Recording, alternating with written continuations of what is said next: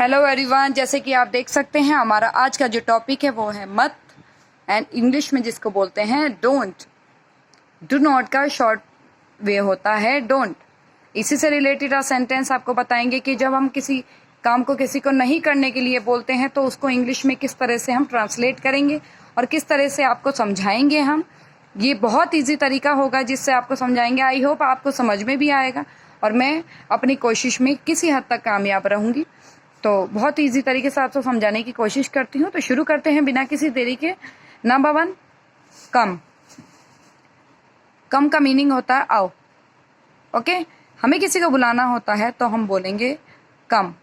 And अगर हमें किसी को कहना होता है मत आओ या आओ मत तो उसको बोलेंगे हम डोंट कम। तो उसको बोलेंगे डोंट कम। ओके, तो इसी तरीके से सेकंड करेंगे ईट। ईट का मतलब होता है खाना। अगर हम किसी को बोलते हैं ईट तो बोलेंगे खाओ, हिंदी में बोलेंगे। एंड अगर हमें किसी को ये बोलना है कि खाओ मत या मत खाओ तो उसको बोलेंगे डोंट ईट।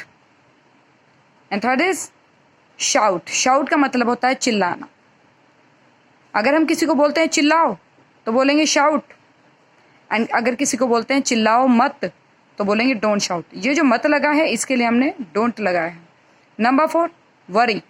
वरी का मतलब होता है चिंता करना। एंड अगर हमें किसी को कहना है कि चिंता मत करो तो बोलेंगे डोंट वरी। टॉक। टॉक को बोलते हैं बात करना। एंड अगर किसी को बोलते हैं डोंट टॉक, बातें मत करो, ये बातें मत करना। ओके, नंबर 6 इज फॉरगेट का मतलब होता है भूलना। भूलना, फॉरगेट का मतलब होता है भूलना। एंड अगर किसी को हमें कहना है कि भूलना मत तो उसके लिए बोलेंगे डोंट फॉरगेट। ओके, पैनिक, घबराना। पैनिक, घबराना। और अगर हमें किसी को इस सेंस में ये बोलेंगे कि घबराओ मत तो बोलेंगे डोंट पैनिक। बोलेंगे don't panic. Spit. Spit means थूकना। एंड अगर किसी को कहना है कि थूकना मत या मत थूको तो बोलेंगे don't spit. Give up. Give up को हिंदी में छोड़ना बोलते हैं।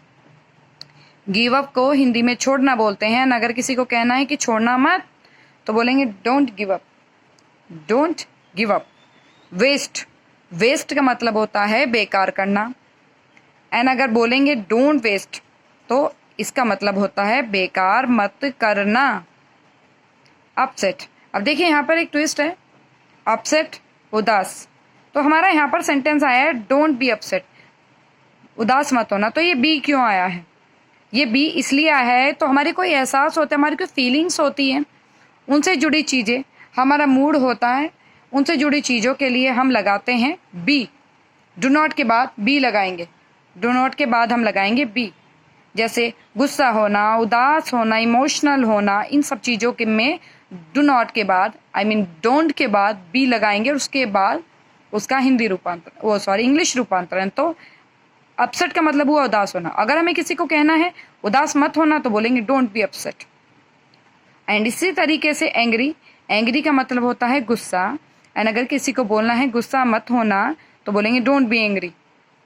Don't be angry. Number 13, emotional.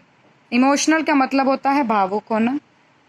ठीक है, इमोशनल का मतलब भावुक। एंड अगर हमें कहना है भावुक मत होना तो बोलेंगे डोंट बी इमोशनल। तो इसी से रिलेटेड आज हमने आपके लिए होमवर्क प्रिपेयर किया है कि इस होमवर्क के द्वारा आप इन चीज़ों को और अच्छे के तरीके से समझ जाएंगे और उसको अच्छे तरीके से करने की कोशिश करेंगे, समझने की कोशिश करेंगे, क्योंकि खुद से करने के बाद ही चीज़ें बहुत अच्छे से समझ में आती हैं।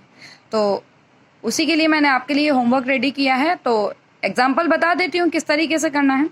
जैसे कि मैंने यहाँ पे लिखा है टीयर। टीयर का मीनिंग होता है फाड़ना। तो आपको बनाना है फाड़ना मत तो बोलेंगे डोंट टीयर। Don't tier. इसी तरीके से आपको इन सभी को मत वाले सेंटेंस बनाकर उसका ट्रांसलेट करना है। ओके, तो आई होप आपको वीडियो अच्छी लगी होगी, पसंद आई होगी।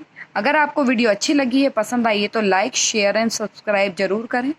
इससे मोटिवेशन आता है आगे वीडियोस बनाने के लिए, हमें भी मोटिवेशन आता है और हमें भी चीज़ों को और इंटरेस्टिंग तरीके से समझाने में बहुत अच्छा लगेगा। थैंक यू सो मच मेरी वीडियो को देखने के लिए।